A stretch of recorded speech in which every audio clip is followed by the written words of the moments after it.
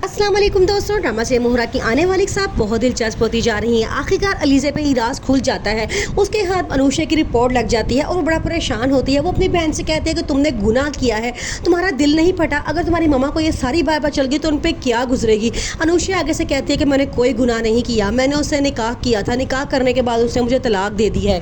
दूसरी तरफ सिकंदर ये बड़ा परेशान होता है। वो अपनी फ्रेंड को कॉल करता है और कहता है मुझे सारी रात नींद नहीं आई, उसकी बदवाएं मेरे कानों में गूंज रही थी, मुझे लगता है कि उसकी मुझे बदवा लग जाएगी। उसने कहा था कि जिस तरह वो खुश नहीं है उस तरह मैं भी खुश नहीं रहूँगा, जिस तरह वो बर्बाद हुई है मैं भी बर्बाद होकर रहूँगा। आगे से उसकी फ्रेंड कहती है कि नहीं, ये तो उसके बहाने हैं, ये इन लोगों के चौंचले होते हैं, ये जान के लोगों को फंसाने के लिए ऐसा कहते हैं। वो कहता है नहीं यार, अगर वो वाकई ही प्रेग्नेंट हो चुकी हुई तो फिर आगे से वो कहती है कि तुम उससे एक दफ़ा मिल के पूछ लो कि वो चाहती क्या है। अनुषा जो सीधी साई सी भोली भाली सी लड़की होती है, सिकंदर के जाल में फंस जाती है। सिकंदर उससे निकाह करता है, उसे छोड़ देता है क्योंकि वो उस थप्पड़ का बदला ले रहा होता है जो उसने उसको कॉलेज के सामने मारा था।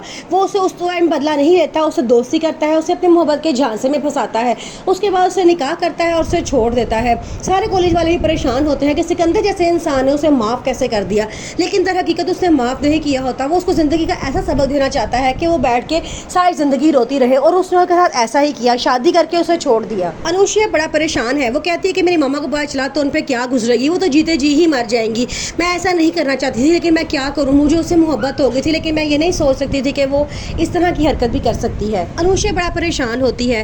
वो कहती है कि अब हमें क्या करना चाहिए। अलीज़ा कहती है इस मकसद के लिए हमें सिकंदर से मिलना चाहिए और उसे मिलकर कोई ना कोई बात तय करनी चाहिए कि इस मसले का क्या हल हो सकता है। अनुषा कहती है कि वो नहीं मिलेगा, वो बहुत मगरूरा इंसान है। अलीज़ा कहती है कि नहीं, उससे मिले बगैर कुछ नहीं हो सकता। अनुषा की मम्मा बड़ा खुश होती हैं।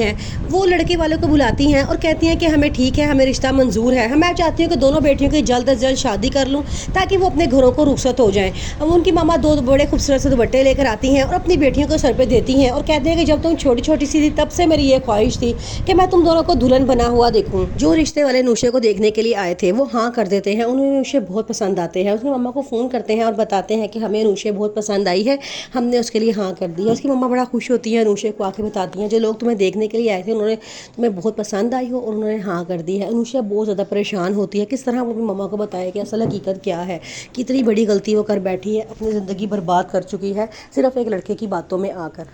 अलीज़ा भी बहुत परेशान है। वो अपनी बहन को बहुत समझाती है कि तुम्हें ऐसे नहीं करना चाहिए था। उसकी बहन कहती है मेरी अकल पे पर्दे पड़ गए थे, मैं समझती थी कि शायद वो मुझसे सही मोहब्बत करता है लेकिन वो मुझसे सही मोहब्बत नहीं करता था, उसने मुझसे बदला लेने के लिए शादी की थी। अब मैं बहुत परेशान हूँ, मुझे क्या करना चाहिए। उसकी बहन कहती है तुम्हें कुछ भी नहीं करना चाहिए, फ़िलहाल तुम खामोश रहो।